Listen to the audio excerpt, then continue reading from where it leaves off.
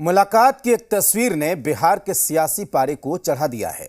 इस मायने में कि क्या बिहार कैबिनेट की तस्वीर बदलने वाली है। चर्चाएं शुरू हो गई हैं, कयासों का बाजार गर्म है। हालांकि बीजेपी इस सवाल पर चुप्पी साधे हुई है, लेकिन सूत्र बता रहे हैं कि नीतीश कैबिनेट में फेरबदल संभव है। विस्तार पर भी दोनों नेताओं के बीच में चर्चा हुई है।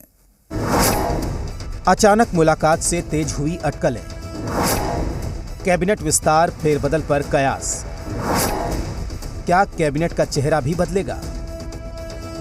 अचानक हुई इस मुलाकात से कयास तो यही लगाए जा रहे हैं कि कैबिनेट में विस्तार के साथ फेरबदल भी संभव है। हालांकि इस सवाल पर दिग्गज चुप्पी साध रहे हैं। कल जब वो देर शाम पटना पहुंचे हैं तो वो मुख्यमंत्री नीतीश कुमार से मिले हैं और इस मुलाकात के बाद यह भी अटकलें लगाई जा रही है कि जो नीतीश कैबिनेट या कह लीजिए बिहार कैबिनेट है उसमें फेरबदल की गुंजाइश की जा रही है। केंद्रीय शिक्षा मंत्री धर्मेंद्र प्रधान के दौरे की जानकारी तो बिहार बीजेपी को भी नहीं थी। ये चौंकाने वाली बात है, लेकिन मुलाकात के बाद सूत्र जो जानकारी दे रहे हैं उसके मुताबिक बैठक में मंत्रिमंडल विस्तार को लेकर चर्चा हुई।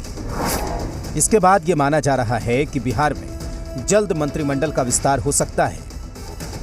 बीजेपी कोटे के खराब परफॉर्मेंस वाले मंत्रियों को ड्रॉप किया जा सकता है और कुछ नए चेहरों को, खासकर युवाओं को बीजेपी बिहार मंत्रिमंडल में शामिल कर सकती है। इसके अलावा बिहार मंत्रिमंडल में 5 सीटें खाली रखी गई थी। मुकेश सहनी को मंत्री पद से हटा दिया गया, जिस कारण कुल 6 सीटें खाली हो गई थी। इसे लेकर भी चर्चा की गई है। संभव है कैबिनेट विस्तार भी हो। साथ ही जेडीयू के राज्यसभा सांसद किंग महेंद्र के निधन से राज्यसभा की एक सीट खाली हुई है। इस एक सीट पर चुनाव की घोषणा हुई है। राज्यसभा की इस एक सीट पर होने वाले चुनाव को लेकर भी दोनों नेताओं के बीच चर्चा हुई।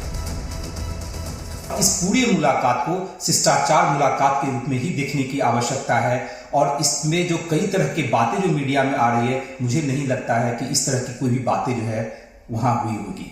बिहार के बेरोजगारों को रोजगार कैसे मिलेगा? यहाँ की महंगाई कम कैसे होगा? पेट्रोल, डीजल और रसोई गैस को महंगा कर दिया गया है। इस पर कभी कोई बात नहीं कर रहा है। चाहे वो अमित शाह जी हो या प्रधान जी हो, चाहे नित्यानंद राय हो, चाहे भारतीय जनता पार्टी के, चाहे एनडीए के जो नेता हो, सिर्फ थोथी दलील, कुर्सी। उधर बीजेपी के दिग्गज भी हैरान हैं कि केंद्रीय शिक्षा मंत्री अचानक कैसे पटना पहुंचे। सीएम से क्यों मिले, जानकारी उन्हें भी नहीं थी।